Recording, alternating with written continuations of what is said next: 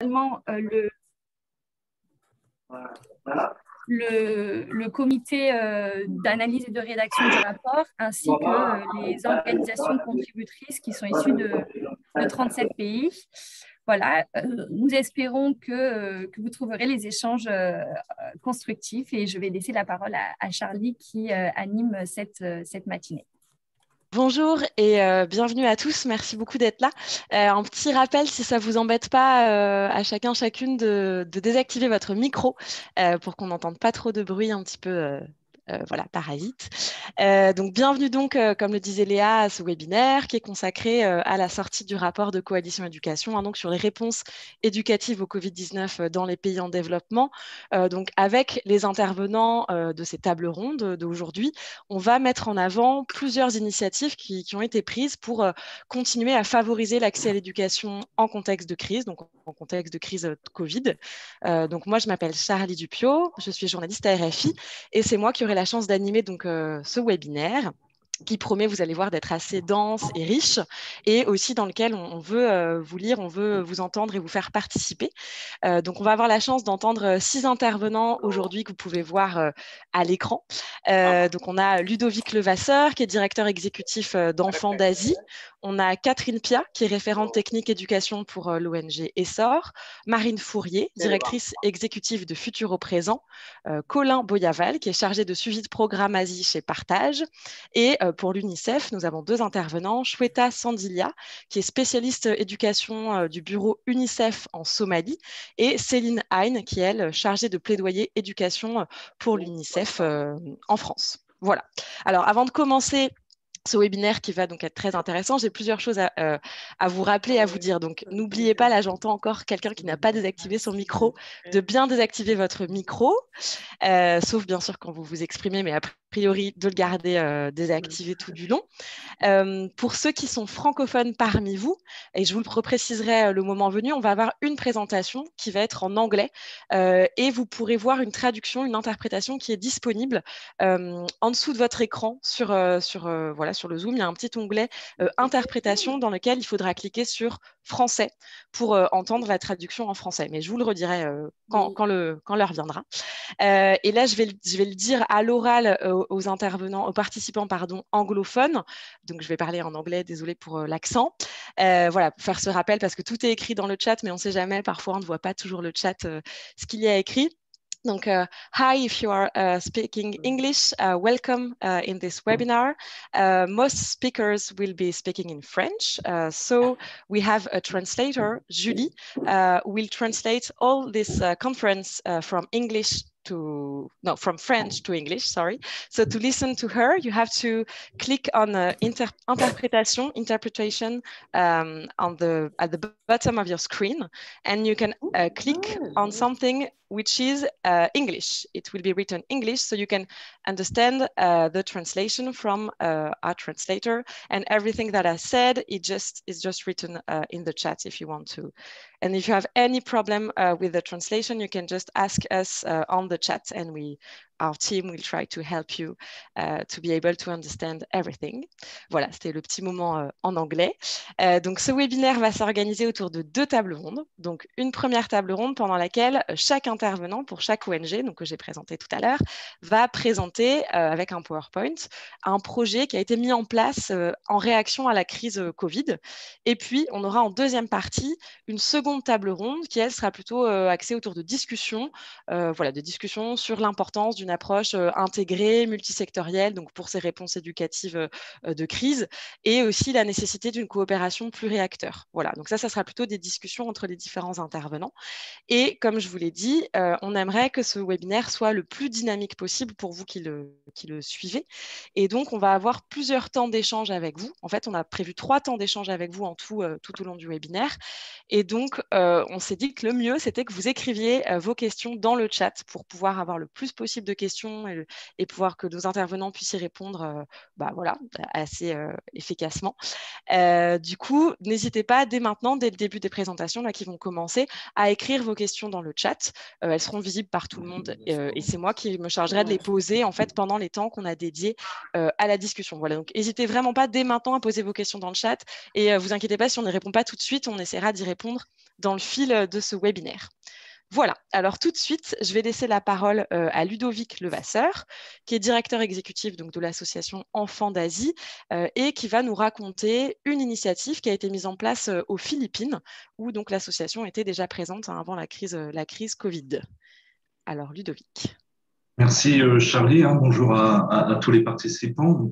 Effectivement, Charlie, nous intervenons dans les bidonvilles de la ville de Cebu. La ville de Cebu, c'est la deuxième ville des Philippines après Manille. Je vais essayer de partager mon écran en même temps.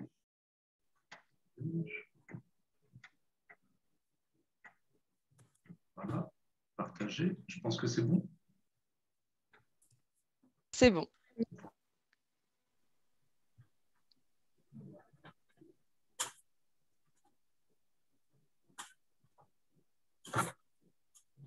À compter du 16 mars 2020, il y a eu une forte montée des cas de coronavirus aux Philippines.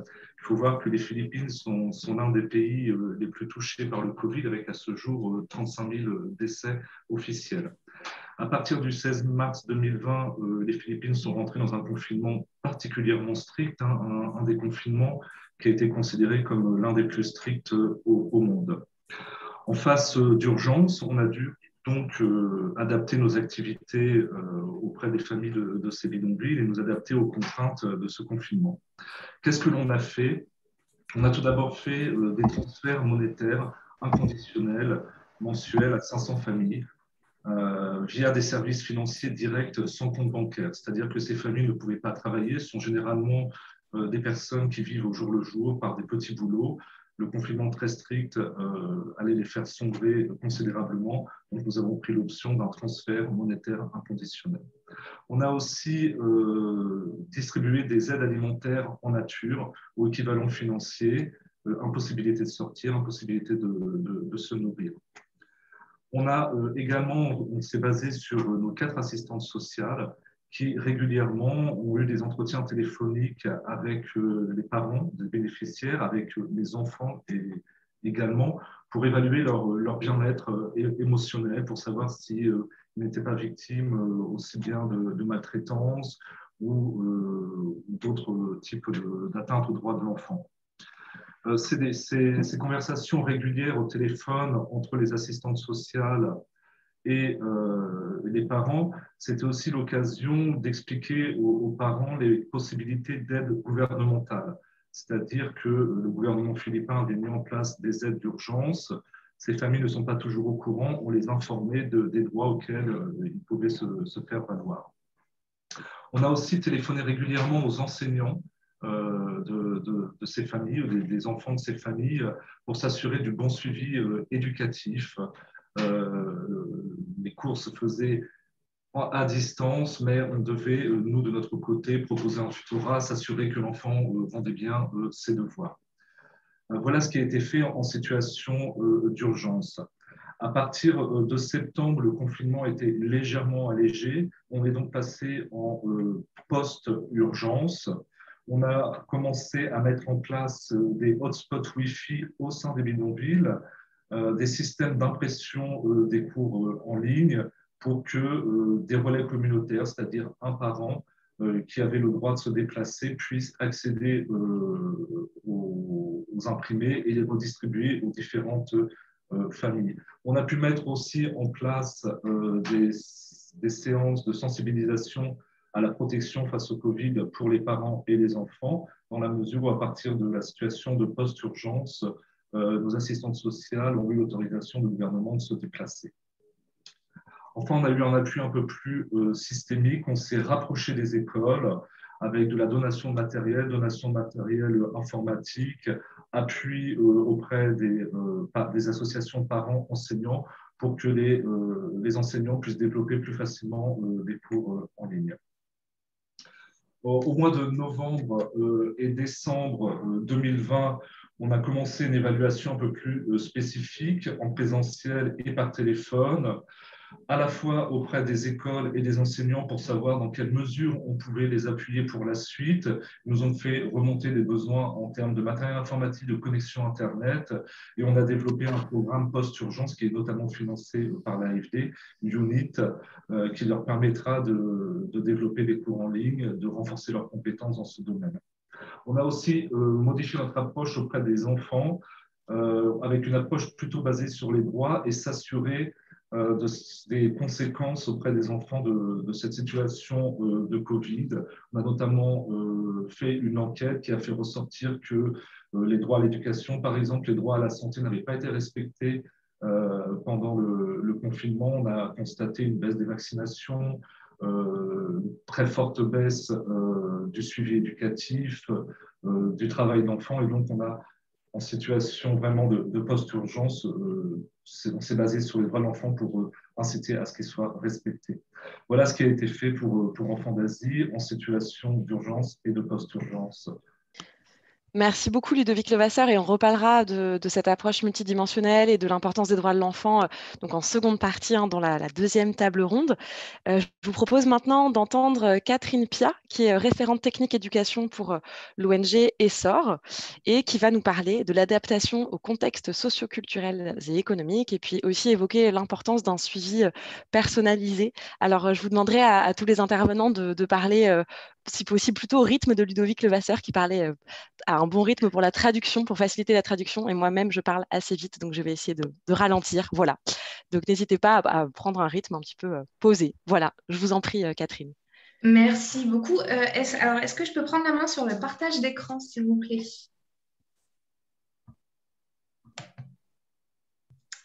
Normalement, c'est bon. C'est bon.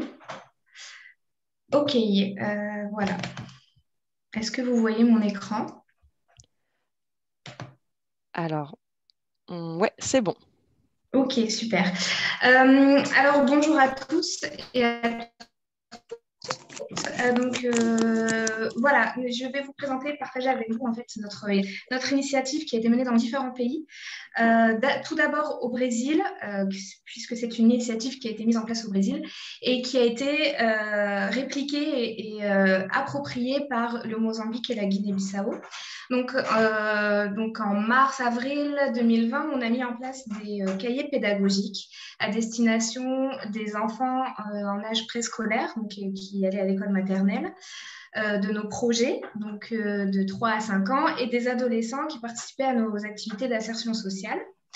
Et donc, vous allez voir, l'objectif, c'était de fournir vraiment un accompagnement social et éducatif aux enfants et aux adolescents et à leurs familles. Ce qui est très intéressant, c'est que cette initiative a été partagée par l'équipe du Brésil. Et ensuite, chaque pays s'est vraiment approprié avec une adaptation au contexte local cette initiative. Et avec des objectifs qui étaient sensiblement les mêmes pour tous les pays, de faciliter l'entrée en primaire des enfants en âge préscolaire, d'éviter le décrochage scolaire, et notamment des filles et des enfants les plus en difficulté.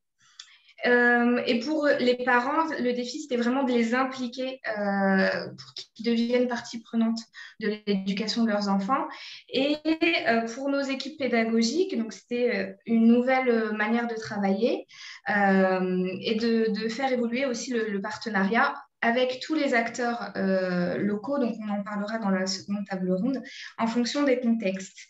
Donc on a mis en place différentes activités de manière qui était vraiment adaptée à chaque contexte.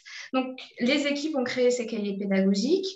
Ensuite, les éducateurs et les animateurs ont été formés à l'utilisation de ces cahiers pédagogiques et puis au partage aussi avec les familles et les enfants, comment les utiliser. Ils ont été formés également à la prévention de la COVID-19 et aux gestes barrières, puisque cette méthodologie en fait impliquait des contacts avec les familles directement. Donc en fait, on a choisi vraiment cette démarche d'aller vers les personnes, en tout cas le contact physique, pour pouvoir favoriser un accompagnement de proximité et individualisé. Donc, les équipes ont organisé, planifié la distribution des cahiers pédagogiques et l'accompagnement qui était relatif à cette distribution. Et puis, donc, tout au long de l'année scolaire, enfin de l'année, en tout cas de cette période de confinement, les enfants et les adolescents ont été accompagnés. Il faut savoir qu'au Brésil, dans nos différents pays d'intervention, les contextes de confinement ont été différents et le sont encore. En Guinée-Bissau, tout est rentré à la normale. Par contre, au Brésil, on est encore en semi-confinement et par exemple au Mozambique, les écoles maternelles sont encore fermées. Elles n'ont pas réouvertes depuis mars 2020. Donc, en fait, ces différents contextes nous ont permis d'avoir des solutions adaptées en fonction des problématiques rencontrées.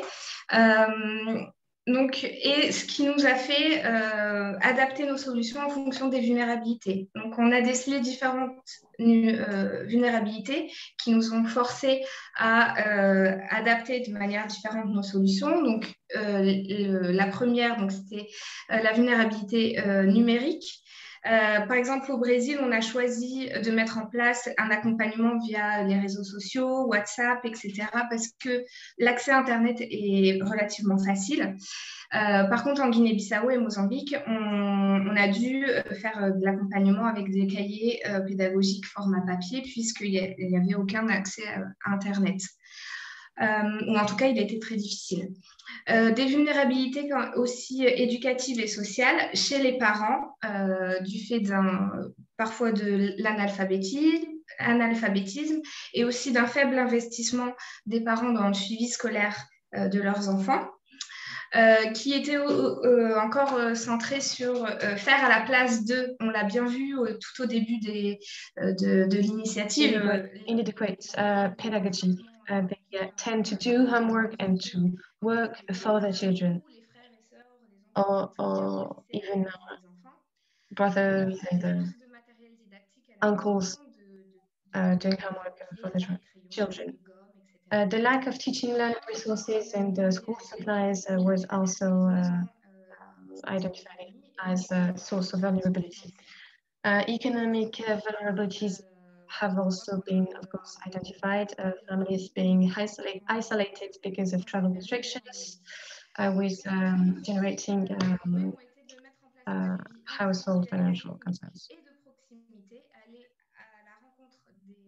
Des familles chez eux pour pouvoir. So the idea was to implement individual learning support programs to address the challenge faced by children and les orienter et orienter les parents dans l'orientation de leurs enfants. Donc, un accompagnement pédagogique, mais aussi social, pour pouvoir notamment profiter de cette occasion pour sensibiliser sur les gestes barrières, orienter vers des institutions quand il y avait des diagnostics sociaux plus préoccupants, etc.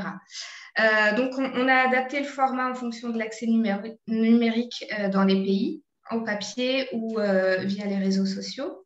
On a vraiment travaillé avec les éducateurs pour pouvoir porter une attention particulière aux filles qui étaient plus sensibles au décrochage scolaire et aux enfants en difficulté. Donc, il y avait plus de visites à domicile pour les enfants qu'on voyait laissés pour compte ou en tout cas non accompagnés par les enfants. Il y avait vraiment des parents qui jouaient le jeu et d'autres beaucoup moins. Donc, à chaque fois, il y avait un diagnostic qui était mis en place pour pouvoir voir quels étaient les enfants qu'il fallait davantage accompagner. Tout au long de ce programme aussi, on a fait évoluer les budgets pour pouvoir mettre à disposition des kits de matériel avec le strict minimum pour pouvoir fournir des crayons à papier, crayons de couleur, taille-crayon, gomme, ciseaux, etc. Et puis, finalement, on a réduit le nombre d'enfants pour pouvoir améliorer la qualité de l'accompagnement et puis faire beaucoup plus de visites quand il était nécessaire. Et donc, la dernière slide permet de résumer un petit peu les différentes solutions, les différentes mises en œuvre, contextualisées en fonction des pays. De manière transversale, ont été mises en place des cahiers pédagogiques format papier pour les enfants préscolaires, dans le cadre de visites à domicile. Et quand c'était possible, au Brésil, et souvent ça l'était, donc des ateliers collectifs et individuels, éducatifs et psychosociaux en ligne. Pour les adolescents au Mozambique, on a choisi une autre option, c'était de les faire venir dans les centres de développement communautaire pour pouvoir créer un espace de discussion plus intime avec l'adolescent, pour qu'il puisse avoir l'occasion de plus s'ouvrir à l'animateur et de partager ses doutes, etc. Et puis, vraiment, le kit de matériel didactique, en fait, a été une clé de voûte pour mener à bien ce projet. Voilà, juste pour terminer, quelques clés de succès. Donc, c'est vraiment la mise en place au niveau local, communautaire, donc avec des acteurs locaux. Souligner aussi que c'était une initiative des équipes locales. Donc, en fait, elles se sont vraiment très rapidement appropriées et contextualisées le programme.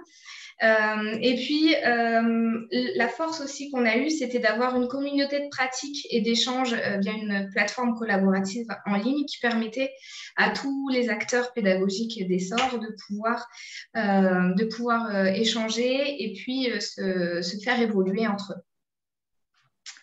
Voilà pour ce qui est de la présentation d'Essor. Merci, merci beaucoup, Catherine Pia, donc pour cette présentation. J'ai vu qu'on avait déjà une petite question dans le chat. N'hésitez pas à en poser d'autres, hein. On va avoir des moments dans lesquels les intervenants pourront répondre aux questions voilà, précises ou générales. Voilà, on va garder ce temps-là, donc n'hésitez pas à écrire vos questions. Là, donc, c'est au tour de Futur au présent avec Marine Fourier, qui est la directrice exécutive et qui va nous présenter un projet qui vise à assurer une continuité pour l'éducation des filles.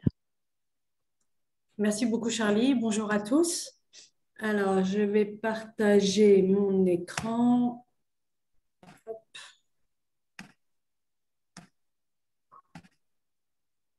Est-ce que c'est bon pour tout le monde? C'est bon, on le voit. Super. Donc, la maison d'éducation face au Covid-19. Donc, quelques infos sur notre programme de la maison d'éducation. Donc, c'est un programme qui a été ouvert en 2014 et qui a pour objectif de faire sortir du travail précoce et de scolariser les petites filles. Donc, il faut savoir que dans la localité de Ziguinchor, où nous sommes installés au sud du Sénégal, il y a énormément de petites filles qui sont des petites vendeuses de rue et qui ne sont pas scolarisées.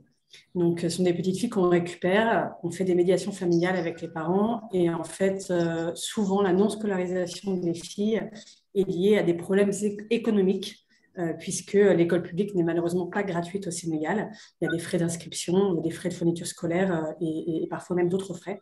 Et quand les familles ont plusieurs enfants, c'est un vrai frein à cette scolarisation, d'autant plus quand les parents eux-mêmes n'ont pas pu aller à l'école ou n'ont pas pu réussir à l'école, ayant conscience qu'ils ne pourront pas accompagner leur enfant scolairement, ils sont persuadés que l'enfant ne pourra pas y réussir et donc ce n'est pas un bon calcul de pouvoir mettre son enfant à l'école. Donc nous, on fait des médiations familiales et on propose la chose suivante aux petites filles, aux familles, c'est nous, on va prendre en charge les frais d'inscription, on va mettre l'enfant à l'école publique et en parallèle, on va accueillir l'enfant à la maison d'éducation pour un soutien psychosocial, pour du soutien scolaire et pour tout un tas d'activités socio-éducatives qui vont permettre à l'enfant de réussir à l'école. Et sur cette base-là, les parents acceptent d'enrôler leur enfant au sein de notre programme.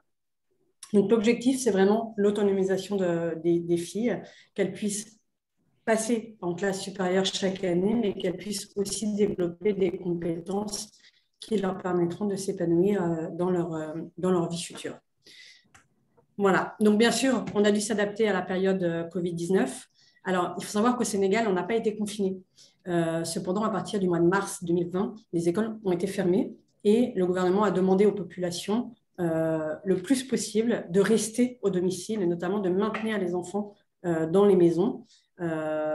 Et puis, ils ont fermé les départements. Donc, on ne pouvait plus sortir du département dans lequel on était logé, dans lequel on évoluait. Mais par contre, on pouvait continuer à sortir de chez soi pour des activités classiques. Alors, pour prévenir les risques de difficultés au sein des familles, bien sûr, dès que la NDE a dû fermer ses portes, on a dû s'adapter. Et donc, il fallait qu'on trouve des solutions pour faire rester les enfants à la maison le plus possible, qu'on puisse les maintenir dans une démarche éducative, qu'on puisse faire en sorte qu'elles ne soient pas de nouveau confrontées au travail précoce, et puis qu'à la fin de la crise, ces petites filles puissent retourner à l'école. Ce sont ça les enjeux. Donc, les 3 objectifs accomplis par les équipes. La première, c'était de garantir la sécurité des enfants pris en charge. Donc, on a fait des sensibilisations aux gestes barrières. On a installé des dispositifs de lavage des mains au domicile des populations. On a distribué des masques, du savon, vraiment pour que les règles de sécurité puissent être appliquées. La deuxième chose, c'était assurer une continuité pédagogique avec le tournage de cours diffusés quotidiennement à la télé et la distribution de livrets pédagogiques éducatifs pour les enfants qui n'avaient pas accès à une télé. Et puis la troisième chose, le troisième objectif qu'on s'est donné, c'était de permettre aux enfants de s'évader et de se divertir tout en restant à la maison. Alors, l'école à la télé. Donc, ce qu'on a fait, c'est on voulait filmer les enseignants de la maison d'éducation, les animateurs, les enseignants, en train de faire classe et puis diffuser ces vidéos-là au sein des maisons, au sein des foyers, par le biais de la télévision. Donc, pour faire cela, on a dû faire un partenariat tripartite avec l'inspection d'académie, mais aussi avec un réseau télé illégal qui tire des câbles et diffuse le canal au niveau des foyers. C'est un système très répandu ici au Sénégal. Et donc, nous sommes allés voir ces gens-là. Ils ont adhéré au procédé et ils nous ont créé une chaîne spécifique où on continue. On a pu diffuser les vidéos des enfants, des professeurs, des enseignants en train de faire cours. En complément, pour les enfants qui n'avaient pas accès à la télé, donc, nos animateurs ont fait du porte-à-porte et sont allés à la rencontre de ces familles pour distribuer des livrets pédagogiques, des polycopiés avec des exercices. Ici, bien sûr, l'idée, ce n'était pas de permettre aux enfants d'acquérir de nouvelles compétences. On était simplement dans l'objectif de maintenir les enfants dans une démarche éducative et puis de renforcer leur savoir actuel. Mais on n'avait pas, l'objectif, évidemment, de l'acquisition de nouveaux savoirs. C'était vraiment juste les garder en dynamique. Alors, les leçons de cette période de Covid-19, on a vraiment touché du doigt les limites du téléenseignement. On s'est rendu compte que, déjà, l'accès à une télé en état de marche, ça a été la première difficulté. 75% de la population dispose d'une télé, mais ça veut dire qu'il y a quand même une bonne partie qui n'en dispose pas. Et puis, la deuxième chose, ça a été l'accès à la télé des enfants. Alors, premièrement, la télé n'est pas forcément dans un lieu où les enfants vont. Souvent, elle est dans la chambre parentale. Et puis, traditionnellement, les enfants n'ont pas le droit d'allumer la télé eux-mêmes, ne disposent pas de la télécommande, ce n'est pas eux qui choisissent le programme. En plus de cela, on s'est rendu compte que malgré les médiations qu'on pouvait faire avec les familles n'étaient pas vraiment convaincues, et puis souvent les familles sont larges, que la télé n'était pas reconnue comme un moyen éducatif. La télé, c'est du loisir, c'est un loisir passif. L'enfant ne peut pas apprendre quelque chose par la télé. Et ça a été difficile de faire changer cette position cette pensée au niveau des familles. Et donc, parfois, les enfants disaient on voudrait bien regarder, mais le tonton a pris la télécommande, le grand-père a changé de chaîne, et puis il y a du bruit autour. Donc, ce n'était pas si pertinent et efficace que voulu. Les livrets pédagogiques, par contre, ont été clairement plébiscités. Au départ, on voulait simplement les distribuer aux petites filles de la maison d'éducation qui n'avaient pas de télé. Et très rapidement, tous les enfants, toutes les familles en ont demandé. Quand je dis toutes les familles, c'est les familles des petites filles qui font partie du programme, mais aussi au niveau des quartiers, d'autres enfants qu'on ne connaissait pas et dont les parents nous ont sollicité en disant « Oui, mais vous avez donné ça aux voisins, nous aussi, on en aimerait bien parce qu'il faut que notre enfant continue à étudier malgré la fermeture des écoles. » Donc ça a été vraiment plébiscité et les enfants eux-mêmes ont déclaré préférer faire les livrets pédagogiques, les polycopier plutôt que de regarder la télé. Voilà, après il a fallu bien sûr assurer la rentrée après le Covid-19. Donc durant toute la période, les équipes ont dû garantir un suivi des enfants et des familles à distance malgré la fermeture de nos structures, la maison d'éducation et des écoles. Pour assurer une rentrée post-Covid optimale, il a fallu s'assurer que les filles puissent maintenir leur acquis pendant l'été. Donc, pour éviter le décrochage scolaire, pour éviter qu'elles baissent son niveau, dès qu'on a réouvert, on a pu vraiment faire des séances de rattrapage, de soutien pour pouvoir rattraper le retard accumulé et que les enfants puissent reprendre l'école sans reprendre la classe, entre guillemets, perdue. Voilà, merci beaucoup. Eh bien, merci à vous pour cette présentation. Alors, on a plusieurs questions dans le chat. On va essayer de répondre à certaines d'entre elles. Peut-être déjà certaines pour Ludovic Levasseur. Est-ce possible de connaître l'approche qui a été définie pour toucher les cibles qui n'avaient pas de téléphone? Alors pour les cibles qui n'avaient pas de téléphone, on a distribué des téléphones. En fait. Ça faisait partie des achats d'urgence. On a réussi à leur acheminer des téléphones portables et on leur achetait régulièrement des données Internet. On s'est notamment rapproché de grandes entreprises privées qui nous ont fait des donations de téléphones portables. Ok, très bien. Merci pour cette réponse. Il y a une autre question pour vous à laquelle vous avez un petit peu répondu déjà dans le chat, mais je crois que vous pouvez nous donner plus d'éléments. Voilà, est-ce que ce serait possible d'avoir plus d'infos sur ce que vous avez proposé concernant le renforcement des capacités des enseignants dans la création de cours en ligne? Alors, en situation d'urgence, c'est-à-dire en situation de confinement particulièrement strict, même si actuellement les écoles ne sont toujours pas ouvertes aux Philippines, je dirais que la principale formation à donner aux enseignants, c'est de se baser sur les usages, les pratiques, les outils qu'utilisent déjà les élèves. Il ne s'agit pas de leur proposer de se connecter à une plateforme, mais de se baser sur les outils qu'ils utilisent. C'est-à-dire, on les a incités à proposer des cours en ligne sur un groupe Facebook, de tutorer via WhatsApp. C'est des outils qui sont déjà connus des élèves.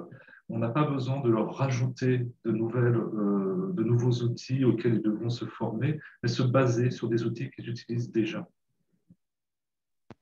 Et merci également pour cette nouvelle réponse. Alors, on a aussi une question pour Catherine Pia. Quelqu'un qui souhaiterait avoir un approfondissement sur l'approche mise en place pour impliquer les parents dans l'accompagnement des enfants. Oui, alors j'étais en train de réfléchir à cette réponse. Alors tout d'abord, je pense qu'il y a eu un diagnostic qui a été fait par les éducateurs dans chaque famille pour savoir un peu la situation. Et c'est toujours quelque chose we have tried sociale des familles aussi. We have tried to study to analyze each situation individually. Les frères et sœurs qui peut aider dans l'accompagnement de l'enfant et aussi savoir le niveau scolaire, le niveau de lecture, d'écriture des parents et de ceux qui sont dans la famille. Et puis après, je pense que c'était vraiment une démarche qui allait au début, donc les éducateurs faisaient accompagner l'enfant et puis progressivement, donc, on passait du faire au faire avec en impliquant un peu plus les parents ou les personnes qui pouvaient avoir un rôle essentiel dans l'accompagnement de l'enfant au faire. Donc, il y avait vraiment cette démarche évolutive et ça, c'est quelque chose qui a trait aux éducateurs et un peu à l'intuition aussi. Du travail avec la famille et puis et de l'observation de l'ambiance familiale en fait. Voilà, je ne sais pas si j'ai répondu à la question. Je pense que c'était très clair. Alors, je vois qu'il y a beaucoup de questions là qui sont posées. On va peut-être en prendre une dernière pour ce temps-là et garder les autres pour plus tard, hein, pour les autres temps d'échange qu'on a préservés. Une question pour vous, Catherine, encore, et pour Marine Fourier. Est-ce que ce serait possible d'avoir quelques éléments de description des livrets et des cahiers pédagogiques proposés? Voilà, que vous décriviez un petit peu ces objets pédagogiques-là. Pour nous, ici au Sénégal, comme je disais tout à l'heure, c'était vraiment des fiches d'activités assez classiques et qui faisaient appel à des cours qui avaient été donnés auparavant. On s'est vraiment interdit de passer par ces livrets pour faire acquérir des nouvelles compétences aux enfants. Pourquoi? Parce que les enfants qu'on encadre sont de familles très défavorisées, dont les parents sont quasiment tous analphabètes. Donc, on ne pouvait pas compter sur une aide au sein du foyer pour pouvoir donner des explications à l'enfant. Donc, on a vraiment repris sur le trimestre passé, les enseignants ont repris ce qu'ils avaient fait et ont fait des fiches d'exercices, d'entraînement pour les enfants. Voilà, pour les plus jeunes, par exemple, c'était beaucoup de la calligraphie. Pour les un peu plus âgés, par exemple, voilà, des opérations en mathématiques, des exercices vraiment classiques pour maintenir l'enfant dans une démarche éducative. Oui, alors pour nous, ça rejoint un petit peu ce que dit Marine, donc des exercices ludiques et puis très axés sur les cinq aires de développement de l'enfant, donc la connaissance du monde, la prélecture, préécriture, les mathématiques, l'expression manuelle, etc. On essayait de varier un peu les exercices pour pouvoir proposer un panel assez large d'activités, des plus scolaires à des choses plus pratiques, comme écrire dans le sable ou rassembler X nombre de bâtons qu'on peut trouver, par exemple, aux alentours de la maison, etc. Donc, voilà, c'est des exercices plus scolaires, pratiques, qui répondent toujours à des objectifs pédagogiques. Malheureusement, nous, ce n'était pas pour faire un rappel de ce qui avait été vu, puisqu'il y a des enfants qui sont restés en dehors du système scolaire pendant près de 2 ans. Mais donc, l'objectif était d'acquérir pour nous des nouvelles compétences et donc de voir qui dans la famille pouvait aider à accompagner l'enfant dans ce processus-là. Merci beaucoup. Alors, il y a d'autres questions et elles sont hyper intéressantes et elles permettent d'apporter encore plein d'éléments concrets. Donc, c'est vraiment chouette. On va se les garder pour un peu plus tard si ça vous va. Là, on va continuer le tour des présentations. Il nous en reste 2. Donc, la prochaine présentation va être la seule donc, en anglais. Je vous le disais en introduction. Donc, pour ceux qui parmi vous voudraient entendre la traduction donc, de l'anglais au français, avec toujours Julie, notre interprète, vous pouvez donc vous connecter sur l'onglet Interprétation en bas de votre écran et il faut que vous cliquiez sur le canal français. Voilà, pour entendre la traduction en français de ce qui va suivre. Alors, je vais laisser la parole à Shweta Sandilia, qui est spécialiste éducation pour le bureau UNICEF en Somalie et qui va nous parler d'outils d'apprentissage qui ont été mis en place pendant cette période. Alors, Shweta, on vous écoute.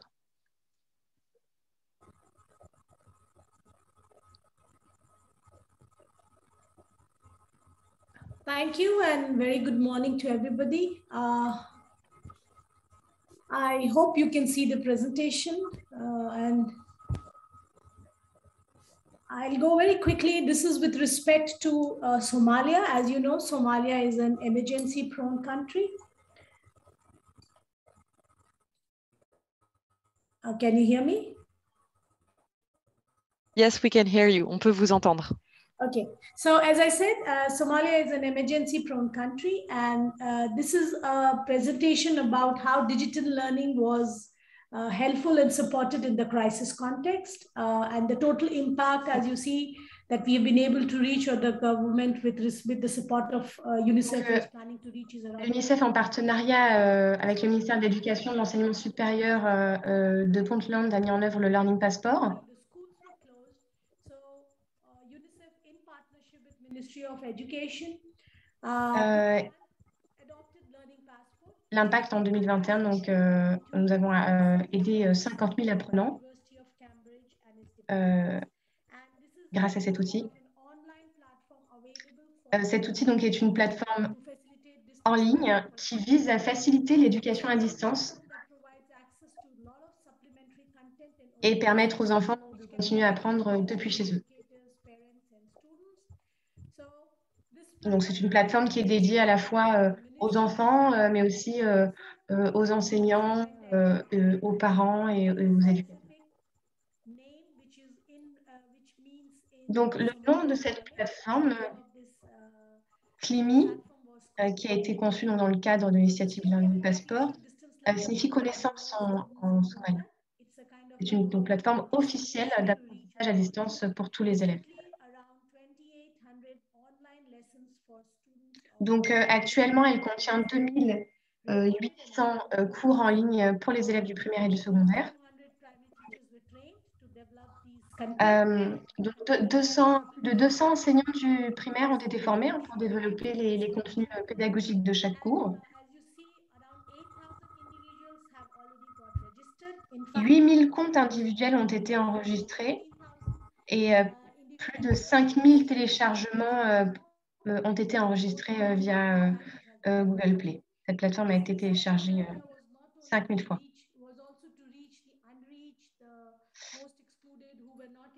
L'idée, surtout, était de pouvoir atteindre les plus difficiles d'accès, donc outre les leçons vidéo donc diffusées à la télévision, à la radio, nous avons également mis en ligne des contenus sur de nombreux réseaux sociaux. Donc, cette plateforme se veut complémentaire à l'instruction en classe et donc une alternative dans les situations d'urgence. Donc, pour revenir sur la chronologie, le premier cas de Covid-19 a été confirmé au Puntland en mars 2020. Et toutes les écoles donc, ont été fermées pendant 6 mois, impactant 300 000 filles et garçons. Donc, le ministère de l'Enseignement et de l'Enseignement supérieur, UNICEF Somalie et le siège ont organisé des consultations et développé la plateforme Learning Passport. Suffer or be affected by the COVID of loss of teaching. And then in July 2020, this was launched, the Learning Passport and the mobile. En juillet, cette plateforme donc, a été lancée, Learning Passport a été hautement médiatisée, ainsi que son application mobile, et a été approuvée comme plateforme donc, officielle d'e-learning au Puntland.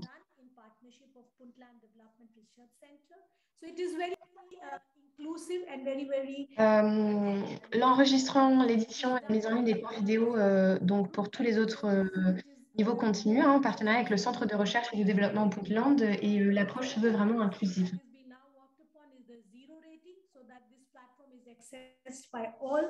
Students and is available free, so public-private partnership is under discussion. The ministry donc, cette plateforme est en accès gratuit grâce à un partenariat public-privé, ce qui permet donc à tous les étudiants ayant accès donc, au digital d'accéder au support d'éducation, au contenu d'éducation fourni sur la plateforme. So the target till 2025 is to reach 500,000 learners have access to this learning platform, both in emergency and in normal Donc, classroom. l'objectif est que 500 000 apprenants et apprenantes accèdent des bénéfices de la plateforme en 2025. Il reste quand même d'importants défis à relever, que ce soit l'accès technologique, l'électricité, la connectivité, les ressources financières, etc. Connectivity is an issue in terms both of internet and electricity and financial resources to roll out this because of the gadget and many other issues that is available in Somalia. I request you to kindly play the video so that je vous invite à présent à lancer la vidéo que nous avons donc conçue pour présenter le projet.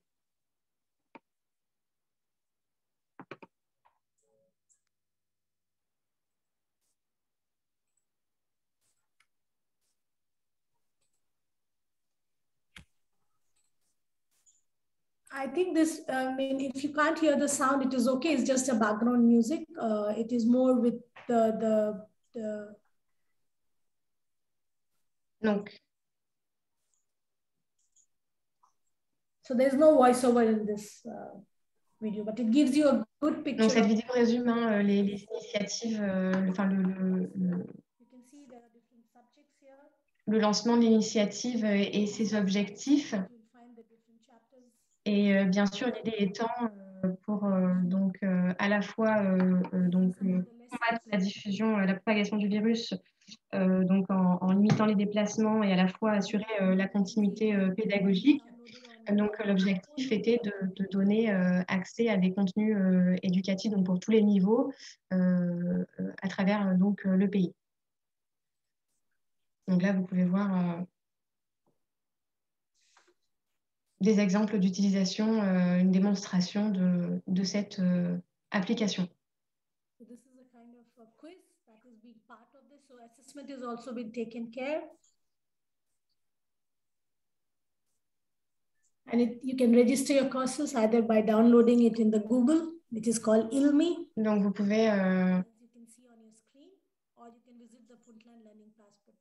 pouvez donc télécharger vos résultats et vous pouvez enregistrer vos cours depuis l'application. Pour la télécharger, donc vous pouvez vous rendre sur les plateformes de téléchargement ou consulter le site internet. Merci beaucoup, Shweta Sandilia. Et c'était assez chouette de voir aussi des images pour voir ce que ça pouvait représenter voilà, concrètement. Je vais laisser la parole à Colin Boyaval, qui est chargé de suivi de programme Asie chez Partage et qui va aborder les besoins de formation et de soutien psychosocial des enseignants et des éducateurs notamment. Voilà, alors Colin, je vous laisse la parole. Merci beaucoup Charlie, bonjour à tous. Je vais donc vous présenter une initiative de notre partenaire Bornos Comar au Cambodge avec qui nous coopérons dans les zones de Pursat et de Siem Reap. Partage s'appuie essentiellement sur ses partenaires et donc c'est bien une initiative locale de notre partenaire Bornos Comar que je vais essayer de présenter aujourd'hui avec un angle un peu particulier qui est celui des besoins de formation et de suivi des enseignants. C'est un des angles qui est développé dans le rapport de la coalition éducation et que je vais essayer de souligner plus particulièrement et de ne pas forcément présenter l'ensemble des initiatives qui ont été faites sur le terrain, mais bien d'appuyer sur ce point spécifique.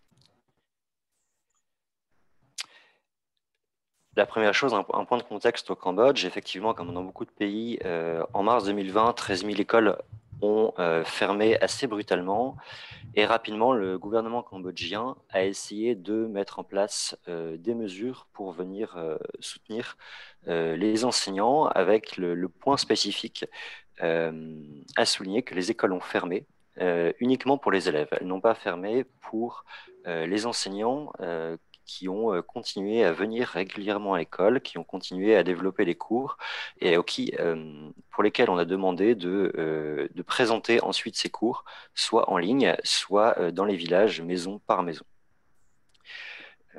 Le but du projet de Bornos Comar a bien été d'appuyer au final l'initiative gouvernementale pour réussir à continuer à enseigner, à continuer à délivrer du contenu aux élèves et à accompagner donc ces enseignants et l'ensemble des acteurs éducatifs pour favoriser au final ce jeu de bascule qui s'est opéré.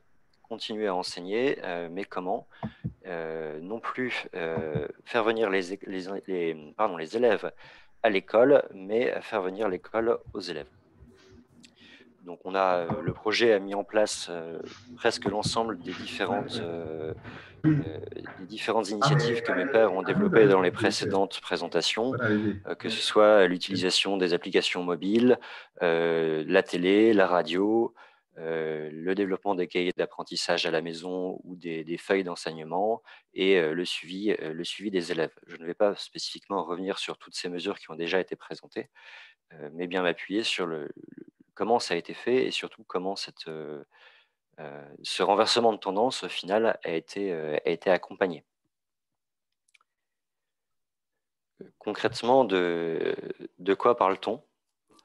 On parle de formation spécifiquement. On a bien demandé aux enseignants de produire quelque chose de différent, de changer les capacités qu'on leur demandait habituellement. Et donc, il a fallu renforcer les capacités de ces enseignants et renforcer leur façon de faire, leur pratique, afin qu'ils puissent continuer à enseigner et continuer à délivrer du contenu aux élèves.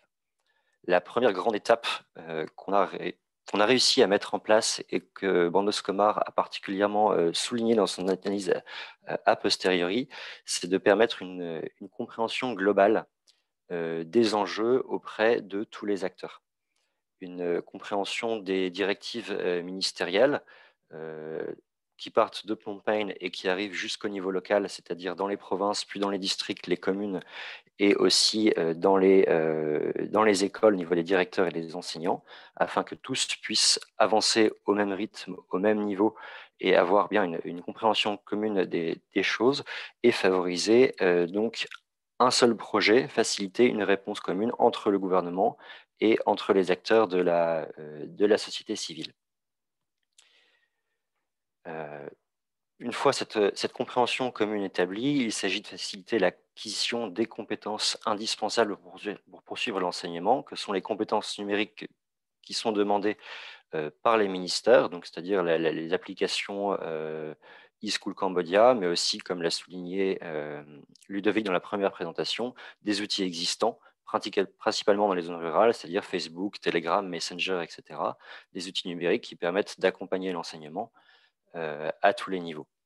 Et bien sûr, dans les zones rurales, quand ces outils numériques ne sont pas accessibles, de passer à un format papier à travers des feuilles d'exercice, des cahiers d'apprentissage et tout ce qui a été développé. Mais d'abord, de pouvoir former ces enseignants aux différentes méthodes qui leur sont proposées et dans un deuxième temps, de former les enseignants sur les pratiques. C'est-à-dire, une fois qu'ils maîtrisent ces capacités, ces capacités et ces outils, comment, au final, appliquer concrètement aux élèves ces nouvelles pratiques, ces nouveaux outils. C'est-à-dire promouvoir l'existant auprès des élèves, les moyens numériques que j'ai cités précédemment, tout simplement aussi enregistrer les cours. Comment peut-on enregistrer les cours, les délivrer sur les différents réseaux sociaux, les publier, animer des groupes d'études, que ce soit sur Telegram ou sur Messenger, et tout simplement enseigner à distance, c'est-à-dire préparer en amont les leçons, les exercices, encourager la formation de petits groupes d'études dans les villages maison par maison ou 2 ou 3 maisons par 2 ou 3 maisons afin que les élèves ne soient pas réunis au même endroit, visiter ces groupes maison par maison, donner des devoirs, récolter les devoirs, les corriger, retourner dans les maisons avec les devoirs corrigés pour à nouveau enseigner à partir des initiatives qui ont été mis en place, et au final s'assurer que tout ce processus fonctionne dans le temps et se répande au fur et à mesure à de plus en plus d'enfants afin que tous les enfants puissent avoir un accès, disons, minimal à l'un ou l'autre des processus d'éducation et, si possible, aux deux processus d'éducation que sont le numérique et le format papier. Donc, il y a tout ce processus d'accompagnement des enseignants, de la formation initiale à la mise en place concrète sur le terrain. Le suivi des communautés éducatives a été jugé aussi vraiment important pour plusieurs raisons. La première raison est d'éviter la dispersion des différentes initiatives, mais bien de répondre à un objectif commun. Les directives sont effectivement fixées d'abord par le ministère de l'Éducation, et dans la mesure où on s'adresse à des écoles qui sont principalement des écoles publiques, elles s'imposent donc aux acteurs éducatifs. Il faut donc qu'il y ait bien une compréhension commune des différents acteurs, et le projet a particulièrement souligné cette mise en œuvre et particulièrement souligné l'importance au final des groupes de travail entre les acteurs du district, les acteurs des communes, les acteurs éducatifs de première ligne que sont les directeurs et les enseignants. Ça permet également une logique qui est ascendante et qui permet de faire remonter aux acteurs des provinces et du ministère, disons, les problématiques, les initiatives et tout ce qui peut être rencontré sur le terrain comme difficulté vraiment très très pratique du quotidien, afin que toutes les directives puissent aller dans le bon sens et aussi s'adapter aux besoins du terrain. De façon encore plus concrète, il s'agit aussi de suivre et d'encourager les initiatives dans le temps, c'est-à-dire de promouvoir l'éducation en ligne aux enseignants une première fois, c'est très bien, mais de s'assurer que la semaine suivante et la semaine d'après, les cours soient toujours délivrés, le contenu ne baisse pas en qualité, que les cahiers d'apprentissage soient toujours disponibles pour les élèves, soient toujours bien récoltés, corrigés, etc., etc. Et que cette initiative puisse durer 1 mois, 2 mois, et les écoles au Cambodge viennent seulement de réouvrir après un deuxième temps d'arrêt. Donc on est effectivement en temps long, et à ce moment-là, le suivi et l'accompagnement des communautés éducatives, que ce soit les enseignants ou les directeurs d'école, demandent une certaine qualité de suivi. Le suivi permet aussi d'encourager 2 points principaux, qui sont la diffusion au niveau de l'accès. On va essayer vraiment de toucher de plus en plus d'enfants et de plus en plus de professeurs et directeurs, mais également la qualité.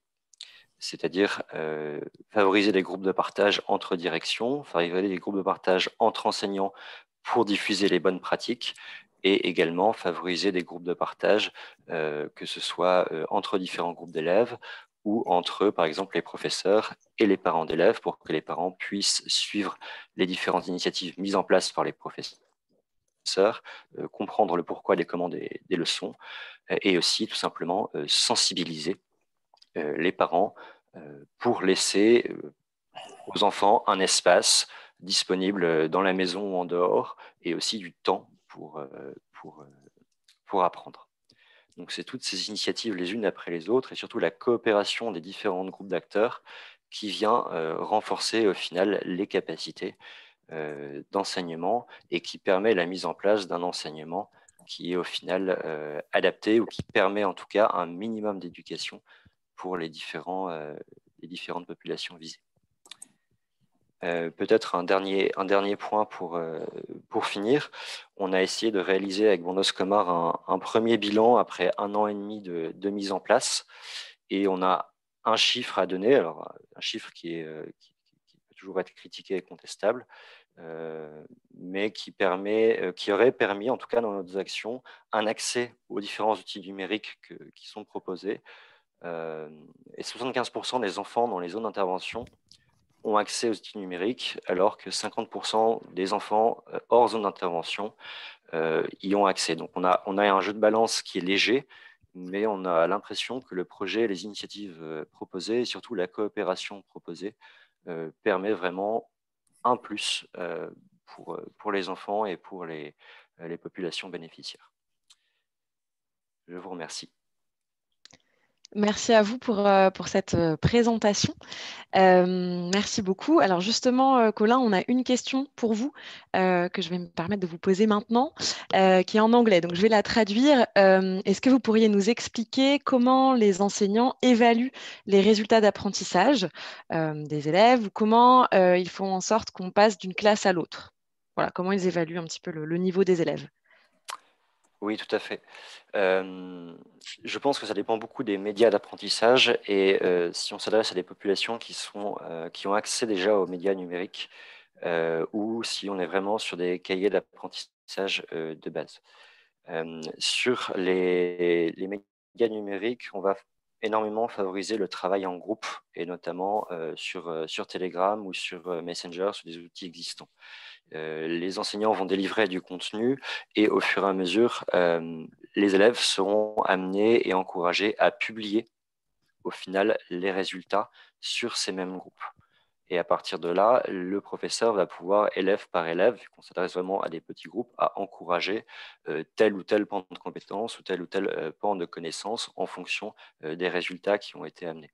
Sur les outils papier, on est vraiment sur du très classique, c'est-à-dire qu'on va les enseignants vont passer groupe par groupe pour récolter les outils papier et mettre des marques, des notes, pardon, sur les outils, et encourager l'enseignement en fonction des notions qui ont été jugées acquises ou non acquises. Donc là, on va vraiment être sur du très basique et on ne va pas révolutionner les choses, surtout en temps de crise. Eh bien, merci beaucoup pour cette réponse. Alors, il y a eu pas mal d'autres questions sur le chat qui étaient posées pour Shweta Sandilia, mais elle y a répondu de manière très précise et complète par écrit. Donc, je pense que voilà, à moins que vous vouliez des compléments, il y a pas mal de réponses déjà sur ces questions-là. Il y a des questions aussi qui étaient adressées à Marine Fourier, qui sont très intéressantes et dont on va parler plus tard quand on parlera de la coopération pluriacteur, puisque ça peut rejoindre un petit peu ce thème-là.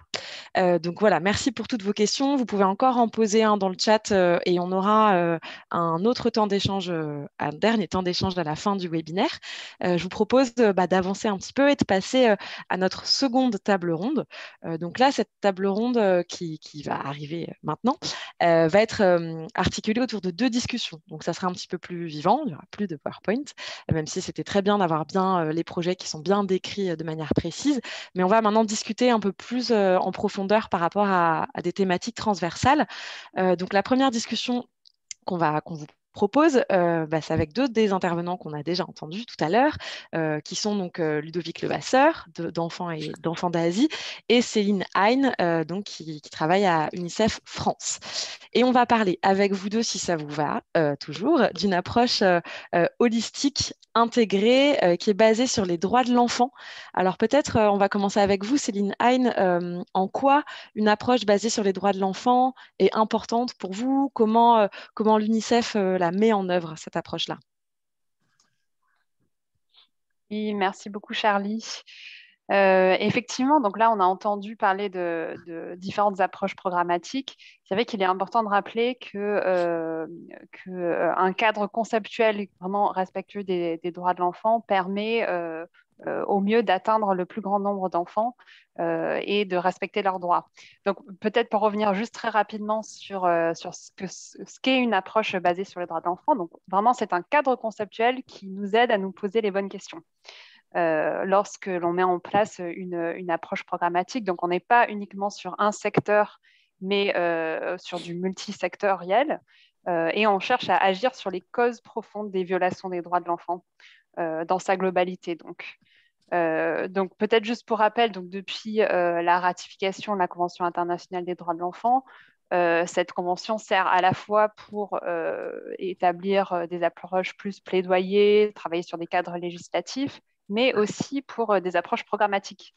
Donc UNICEF et un grand nombre d'associations et d'organisations qui travaillent sur l'enfance utilisent ce cadre pour déployer leurs actions.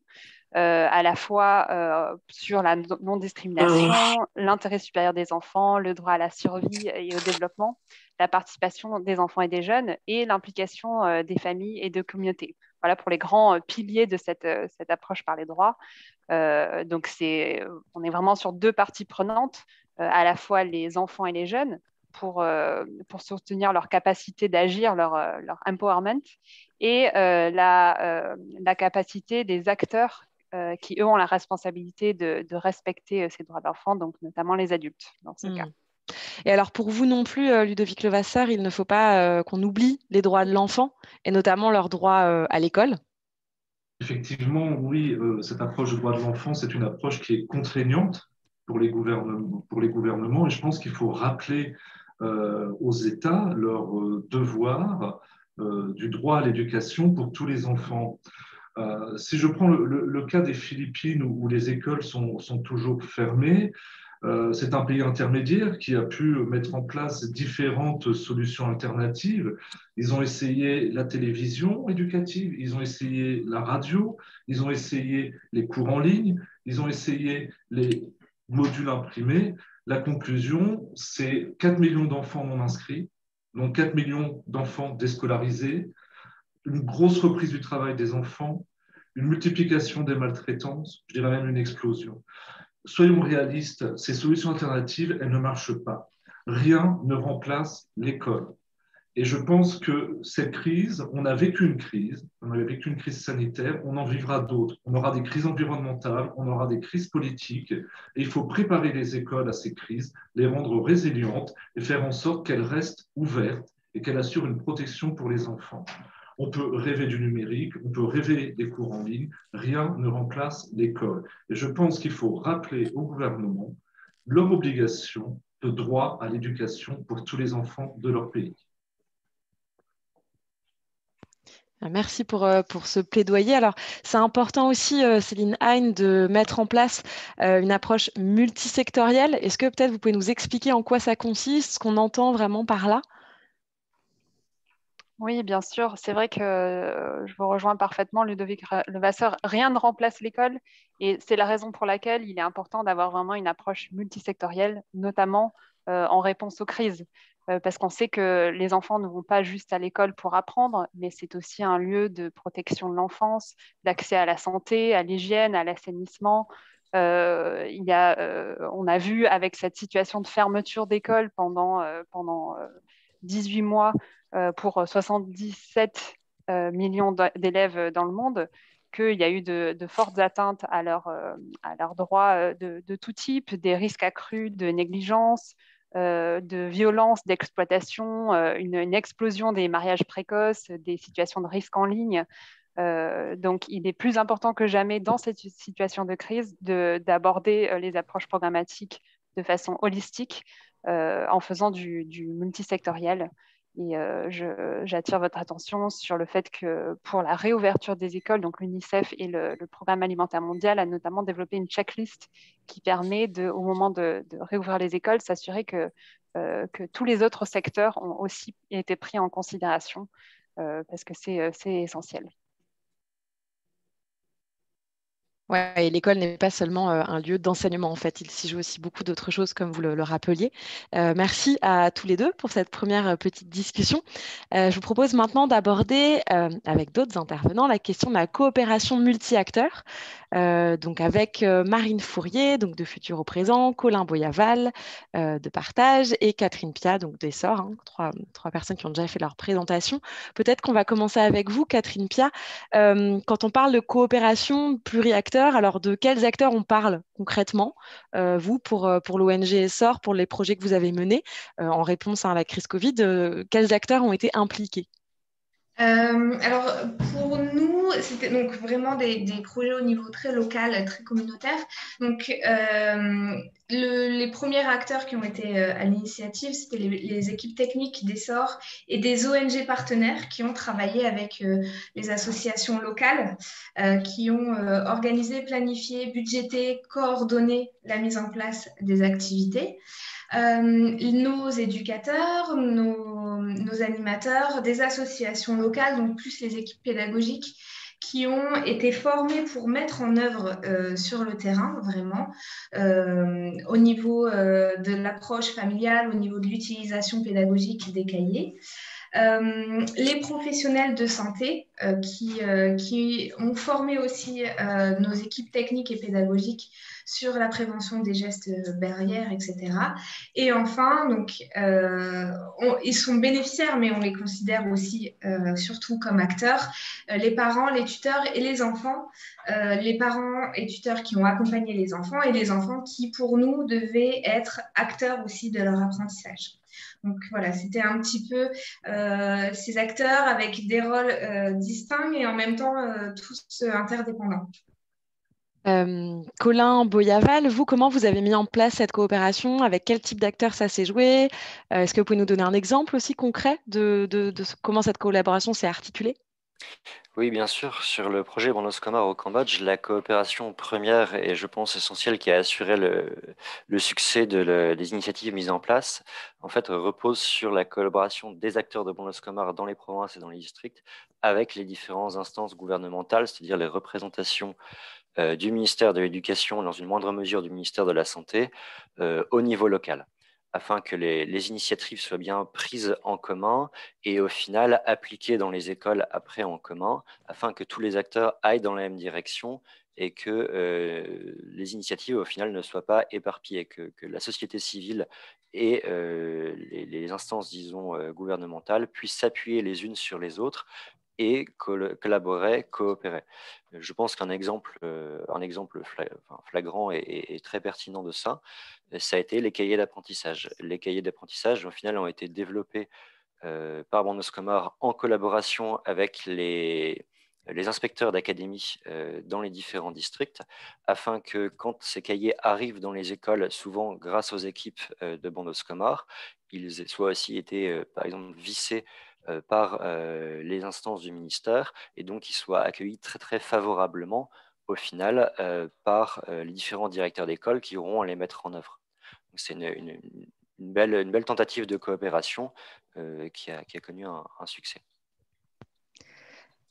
Marine Fourier, là j'aimerais bien qu'on parle de la question des cours à la télévision, puisque vous l'avez déjà un petit peu évoqué dans votre présentation. Pour mener ces cours à la télévision, il a fallu discuter avec certains acteurs, dont des acteurs illégaux en fait, qui géraient un petit peu la technique de tout ça, le câblage, etc. Et j'en profite pour vous poser deux des questions qui sont apparues dans le chat et qui sont très intéressantes, je trouve, et parce qu'on est vraiment sur cette question de la coopération pluriacteur, c'est est-ce que vous avez envisagé de collaborer avec des médias locaux à Ziguinchor, avec les télés locales? Voilà, ça c'est la première question. Et est-ce que vous avez imaginé aussi décliner ça avec des radios, pour faire des programmes radio? Ok. Alors, oui, en effet, nous, cette crise Covid, elle nous a obligés à aller chercher des acteurs et à collaborer avec des acteurs avec lesquels on n'a pas l'habitude de travailler, puisque ce sont des gens qui sont dans l'illégalité et dans l'informel. Alors, ils ne font pas des choses très graves, mais néanmoins, voilà, ils ont un système, je saurais expliquer techniquement comment ils font, mais ils prennent un abonnement Canal+, et puis ils tirent des câbles, et puis ils alimentent les télés de tout le quartier. Et nous, pour diffuser nos vidéos, on avait besoin d'eux. Évidemment, on aurait pu passer par une télévision locale classique, mais eux ne pouvaient pas nous offrir un temps d'antenne très important. Ils pouvaient peut-être nous donner 45 minutes, 1 heure par jour, et c'était compliqué pour les enfants de se connecter tel jour à telle heure. Nous, on avait vraiment envie que les vidéos tournent en continu pour que l'enfant, peu importe le moment où il puisse allumer la télé, il tombe sur un cours. Et puis deuxièmement, ils nous demandaient de l'argent. Ce sont des entreprises privées, donc il fallait payer, et de l'argent, on en avait globalement peu. Donc, on a collaboré avec les télévisions locales dans le sens où c'est eux qui sont venus filmer les cours, mais ce n'est pas eux qui les ont diffusés. Pour la diffusion, nous sommes donc allés voir ces gens qui peuvent créer des chaînes et les diffuser. Et on y allait un peu sur la pointe des pieds parce que ce n'est pas des acteurs qu'on a l'habitude de fréquenter, avec qui on a l'habitude de travailler. Et en fait, ils nous ont extrêmement bien reçus. Il faut savoir qu'ils ont fait la diffusion de façon totalement gratuite. Et une fois qu'on a eu cet accord-là, on s'est dit, bon, il nous faut quand même une validation académique et institutionnelle. Et donc, on est allé voir l'inspection d'académie. Et on leur a présenté le projet et ils l'ont très bien reçu et ils l'ont validé. Et donc, il y a une convention tripartite, FAP, ONG, inspection d'académie, et puis cet acteur de l'informel qui diffusait les cours, ce qui me paraît assez inédit. Voilà. Alors, est-ce qu'on pouvait… Alors, j'ai répondu déjà. Est-ce qu'on pourrait le faire avec les médias locaux? Oui et non, parce que les médias locaux sont des entreprises qui veulent gagner de l'argent. Et nous, on ne pouvait pas financer ça. Et surtout, on avait envie d'une diffusion continue. Sur la question des radios, ce serait possible… quand bien même il n'y a pas le même système illégal de radio que pour la télé, donc on va retomber sur des radios privées ou communautaires, donc il va falloir prévoir du budget.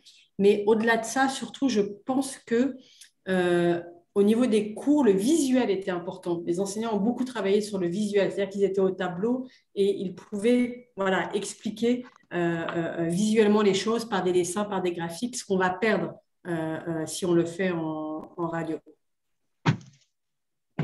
Bien, merci pour ces réponses.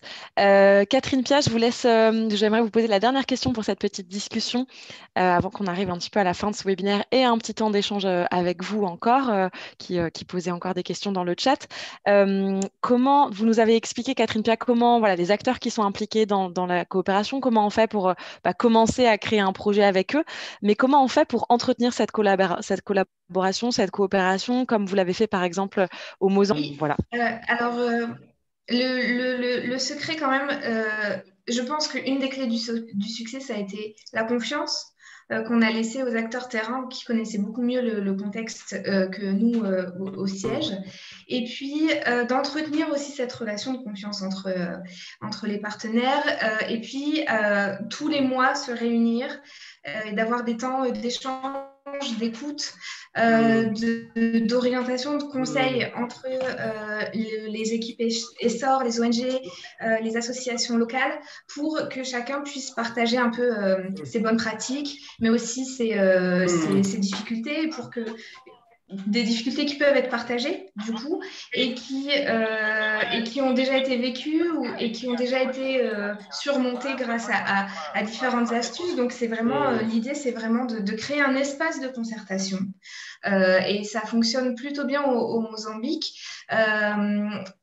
Créer un espace de concertation qui est régulier, qui permet à tous les acteurs à différents niveaux de se concerter, d'échanger, de partager ses bonnes pratiques, ses difficultés, et puis d'aller de l'avant à chaque fois, et à chaque fois de trouver des solutions contextualisées pour pouvoir expérimenter des nouvelles choses. Eh bien, merci beaucoup pour cette discussion, ces deux discussions qui étaient, à mon point de vue, très intéressantes. Je vais laisser le mot de la fin avant, donc un petit temps d'échange avec vous et qu'on clôture ce webinaire. Le mot de la fin donc, à Johanna Godré-Cabarro, qui est conseillère éducation, formation professionnelle et insertion au ministère de l'Europe et des Affaires étrangères. Alors voilà, je vous laisse conclure et nous présenter un petit peu ce que ça vous a inspiré, tout ça. Merci beaucoup Charlie et merci beaucoup à la Coalition Éducation pour l'organisation de ce webinaire et à tous les intervenants. Moi j'ai vraiment trouvé que ces échanges de pratiques, d'expériences étaient absolument passionnantes. On apprend beaucoup en fait des personnes du terrain et c'est également pour ça que nous souhaitions vraiment cofinancer ce rapport sur les bonnes pratiques. Bon, je tenais déjà à rappeler que l'éducation était une priorité absolument essentielle pour nous dans le domaine de notre politique extérieure. La France consacre plus d'1 milliard d'euros chaque année à l'éducation dans le monde. Donc, ce sont des financements très importants. Et nous tenons vraiment aussi à ce que en fait, tous nos projets, nos programmes soient adéquats, que nos financements aient des impacts et des effets sur le terrain. Et c'est pour ça que ce genre de recherche, donc impliquant les acteurs de terrain de la société civile, sont absolument essentielles pour nous. Donc, merci encore à la Coalition Éducation d'avoir entrepris ce travail gigantesque et puis à tous les acteurs d'avoir bien voulu en fait nous partager leurs expériences. C'est vrai que la France a essayé d'être quand même active et présente pour s'assurer et entretenir la continuité pédagogique dans le monde pendant cette période de Covid. Nous avons participé à la Coalition mondiale de l'éducation de l'UNESCO. On a soutenu le Fonds d'urgence du Partenariat mondial de l'éducation. Les projets de l'Agence française de développement ont été adaptés. Et nous avons essayé également de mettre en place des projets spécifiques pour développer la continuité pédagogique, telle Imagine École, qui est une plateforme donc, de partage de contenu pédagogique en Afrique francophone. Donc, c'est vrai que ces efforts de recherche sont vraiment complémentaires de tout le reste du travail et des efforts que nous avons essayé de faire pour permettre donc de développer l'éducation pendant cette période, essayer de faire en sorte que les désagréments en fait, du confinement et les effets les moins néfastes possibles sur l'éducation des enfants. Donc, c'est vrai que moi, ce que m'inspire rapidement en 2 minutes, toutes ces pratiques, c'est vraiment qu'on a un rapport très riche d'enseignement qui vont pouvoir être utilisés par la suite dans les projets, les programmes que nous pourrons mettre en place. Cette documentation est vraiment essentielle pour pouvoir bâtir des projets et des programmes qui sont efficaces dans d'autres crises, pour développer la résilience des systèmes éducatifs. On l'a vu, il est très important que les approches soient développées en prenant en compte les besoins de terrain, des contextes sur place, des approches pédagogiques hybrides, mais également en prenant en compte donc, le continuum urgence, réhabilitation, développement. On a vu également dans vos présentations l'importance de la diversification des outils qu'il faut adapter à chaque fois, qu'il s'agisse d'outils numériques ou d'outils de faible technologie, l'utilisation des smartphones, des réseaux sociaux, de WhatsApp. Donc, c'est vraiment très important à chaque fois de regarder vraiment quels outils sont utiles, quels outils sont pertinents et de faire travailler vraiment ensemble tous les acteurs. Et je pense que ça, c'est vraiment les enseignements les plus essentiels pour moi. C'est cette approche holistique dont on a parlé dans la deuxième table ronde qui vise à prendre en compte aussi bien les aspects de santé, d'éducation, de nutrition dans les projets et les programmes pour être pertinents et vraiment répondre aux besoins des populations, mais aussi de travailler de façon concertée entre tous les acteurs, acteurs publics, acteurs de la société civile, prendre en compte les communautés, prendre en compte les besoins des parents, avoir des appuis financiers également. On l'a vu à travers la première présentation, les appuis financiers sont importants également pour permettre aussi l'éducation des filles. Donc, merci vraiment à tous pour ces échanges très riches. Et nous allons bien sûr aussi de notre côté diffuser le rapport de la coalition sur notre site internet. Merci bien. Et merci à vous. Et j'en profite pour rappeler que le rapport donc, sera disponible aujourd'hui, que vous pourrez le retrouver sur le site coalition-éducation.fr et puis suivre un petit peu le lancement de tout ça. On est vraiment dans l'actualité sur les réseaux sociaux, sur Twitter. Voilà. Donc, c'est vraiment aujourd'hui que le rapport sort. Il nous reste quelques minutes, vraiment pas beaucoup, pour des petites questions. Je vois notamment une question qui s'adresse peut-être à tous les intervenants. Donc, je vous laisse répondre selon qui a envie de répondre. J'aimerais savoir comment sont pris en charge les apprenants mal ou non-voyants et les sourds-muets. Y avait-il d'autres méthodes qui étaient prévues pour eux aussi pour ne pas les laisser pour compte ? Voilà, alors je ne sais pas qui voudrait répondre à cette question qui est très intéressante sur l'accessibilité aux personnes porteuses de handicap.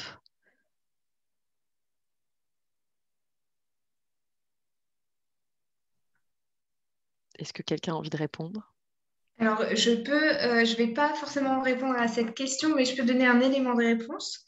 Effectivement, nous, on s'est rendu compte que il y avait des failles dans notre programme, et notamment au niveau des enfants avec déficience.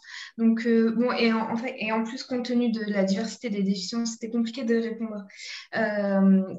répondre à tous les de répondre à toutes les problématiques. Cependant, on essaye aujourd'hui de mener des expérimentations pilotes, que ce soit au Mozambique et en Guinée-Bissau. Au Mozambique, sur l'accompagnement des enfants de 0 à 6 ans qui ont été diagnostiqués par nos équipes avec des déficiences neuropsychomoteurs. Et puis aussi en Guinée-Bissau, on met en place actuellement un programme d'insertion sociale et citoyenne à destination des adolescents en partenariat avec une école pour personnes atteintes de déficience visuelle. Donc, en fait, cette expérimentation et toutes nos actions, en fait, nous ont fait réfléchir, nous ont fait rendre compte qu'en fait, on n'avait pas toutes les réponses. Donc, on essaye d'en mettre en place à travers différentes expérimentations dans différents pays pour pouvoir après répliquer des choses plus concrètes au niveau international, dans nos pays d'intervention. Eh bien, merci d'avoir répondu. Je ne sais pas si quelqu'un d'autre a envie de répondre sur cet aspect-là précis. Sinon, c'était déjà super chouette d'avoir cet exemple-là concret. Alors, on a une autre question. Je vais la lire carrément. Merci Céline et Ludovic pour vos partages de réflexion donc, pendant la première discussion de la seconde table ronde. Pouvez-vous redonner les différents piliers de cette approche holistique? Alors, j'ai vu, je crois, Céline, que vous aviez un petit peu répondu déjà dans le chat, mais peut-être qu'on peut le partager à l'oral tous ensemble. Voilà, c'est quoi les principaux piliers de cette approche-là? Je vais peut-être laisser Céline répondre. Oui, oui, si vous voulez, je peux aussi partager ces outils. Je pense qu'on peut passer par nos collègues de la Coalition Éducation pour ensuite partager ces documents. Je n'arrive pas à les mettre en pièce jointe dans le chat, donc ça sera peut-être plus simple ainsi. Mais pour rappeler du coup les grands piliers, donc non-discrimination, intérêt supérieur de l'enfant, le droit à la survie et au développement, la participation des enfants et des jeunes et l'implication des familles et des communautés. Et vous verrez que les différents outils développés par UNICEF permettent de se poser toutes les bonnes questions sur ces différents piliers de façon systématique pour les programmes. Je peux ajouter aussi pour le groupe enfance de la Coalition humanitaire et développement. La Coalition humanitaire et développement, c'est une coalition qui regroupe les plus importantes ONG de solidarité internationale en France. Et il y a plus particulièrement un groupe enfance qui a développé différentes ressources. Donc je vous invite à aller sur le site, c'est le groupe enfance de la CHD, Coordination humanitaire et développement. Et vous trouverez dans les ressources différents documents, checklists qui vérifient que pour tout programme, toute activité, tout projet, on applique l'approche basée sur les droits de l'enfant. Eh bien, merci à vous deux pour ces réponses. Alors, je vais relater une question en rassemblant plusieurs parce qu'elles sont assez intéressantes. La question de comment gérer ces approches novatrices dans des pays où les nouvelles technologies sont faiblement développées ou peu utilisées dans les écoles. Voilà, comment faire ça dans un tel contexte. Et une autre question à ce sujet, c'est que les cours en ligne n'ont concerné que les élèves en classe d'examen dans certains pays. Comment faire pour rattraper le niveau de ceux des classes intermédiaires? Voilà, donc un petit peu les difficultés liées à ces nouvelles technologies et leur utilisation. Est-ce que l'un d'entre vous veut répondre, ou plusieurs, hein? Je peux peut-être avancer un élément de réponse. Sur les nouvelles technologies, deux choses. On a essentiellement effectivement travaillé dans les zones rurales auxquelles tous les bénéficiaires n'avaient pas accès aux nouvelles technologies. Deux processus ont été mis en place. Premièrement, un partage des technologies. On a vraiment encouragé village par village les élèves à se regrouper dans le ou la maison qui avait des télés, afin que par petits groupes, ils puissent suivre les programmes d'enseignement en fonction des différentes classes. La classe CP, CE1 avait un programme d'enseignement s'ils se réunissaient dans la maison. Et après, on passait à la classe suivante et c'était peut-être un autre groupe d'élèves qui venait.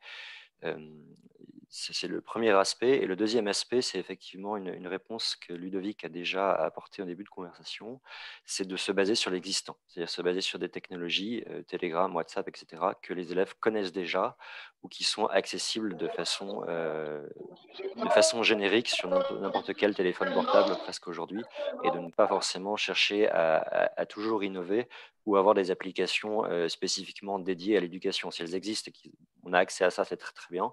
Mais peut-être que déjà en se basant sur l'existant, on permet d'avoir et de donner accès à un minimum à des élèves qui n'ont pas toujours accès à ces moyens. Eh bien, merci pour cette réponse. Est-ce que l'un d'entre vous, autres intervenants, aimerait rajouter quelque chose? Oui, je peux ajouter aussi le fait qu'il faut privilégier les solutions low-tech, vraiment basse technologie, et ne pas chercher des solutions de high technologie, de se baser sur les usages, les pratiques des élèves et des enseignants et ne pas leur imposer des nouveaux outils, des nouvelles plateformes ou des outils qu'ils ne maîtrisent pas. Et puis, même si on a contourné tous les problèmes qui sont l'accès à l'électricité, l'accès au matériel informatique, l'accès à Internet, il reste encore derrière, comme le soulignait très bien Marine, le fait que si vous habitez dans une maison à une pièce où il y a 4-5 personnes et que vous avez des parents qui n'ont pas un niveau éducatif très élevé, simplement donner des cours par le numérique ne suffiront pas. Il faut un endroit tranquille, il faut un tuteur, il faut des gens pour les suivre. Et je pense qu'il convient de rappeler toujours que l'école en présentiel, c'est une très bonne solution aussi pour apprendre pour les élèves. Eh bien, ça sera le mot de la fin. Merci beaucoup à tous les intervenants pour vos riches présentations et la participation à toutes ces discussions, à vos réponses aux questions. Merci également à toute l'équipe de Coalition Éducation et merci à Julie Châtel-Sérito qui a permis la traduction d'une langue à l'autre, de l'anglais au français et inversement. Et donc, je rappelle que le rapport va être disponible, va sortir aujourd'hui. Donc, voilà, vous pourrez le consulter ou le relire à partir d'aujourd'hui. Puis merci à vous de vous être connectés. J'ai vu que certaines personnes avaient du mal à entendre ce qui s'est passé. Donc, il y aura un enregistrement, bien sûr, ou pour ceux qui veulent réécouter certains points du webinaire, il y aura un enregistrement qui vous sera partagé de ce webinaire. Voilà, merci à vous. Merci à tous. Merci. Merci. Bonne journée. Merci. Au revoir. Bonne journée. Merci beaucoup. Merci Au beaucoup. revoir. Merci, au revoir à tous. Au revoir. Bye bye. Merci beaucoup. Oui. Merci beaucoup. Merci beaucoup. Bonne journée. On attend seulement l'enseignement. Bien entendu, merci quand même. Ok, super.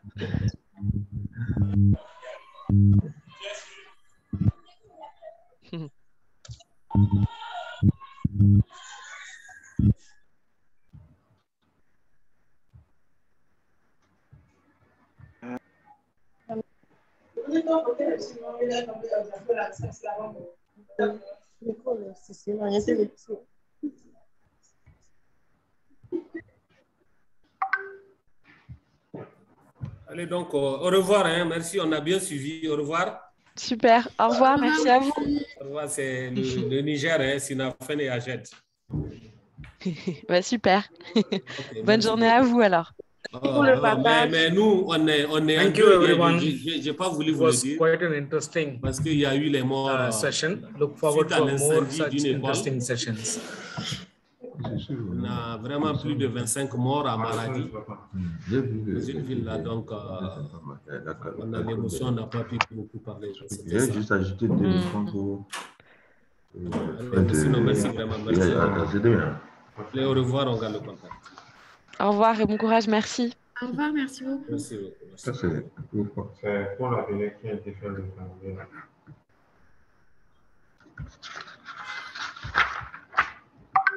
Vous avez réimprimé.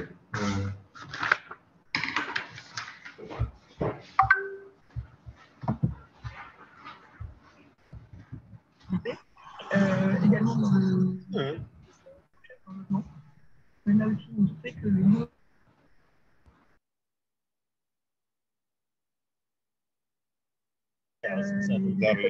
également le ministère des Affaires étrangères des procédures judiciaires et de relations avec la police également. Par remettre, on a obtenu également des pouvoirs des habitants de certaines familles disent avoir été témoins d'au moins un de discrimination au cours des 5 dernières années. C'est un chiffre qui est en hausse de 5 points. Cette hausse, c'est une discrimination, c'est une réalité ou c'est un ressenti? Alors, le baromètre le ressort comme un ressenti. Mais on donnait un nombre qui a plus de 90% de 24 ans.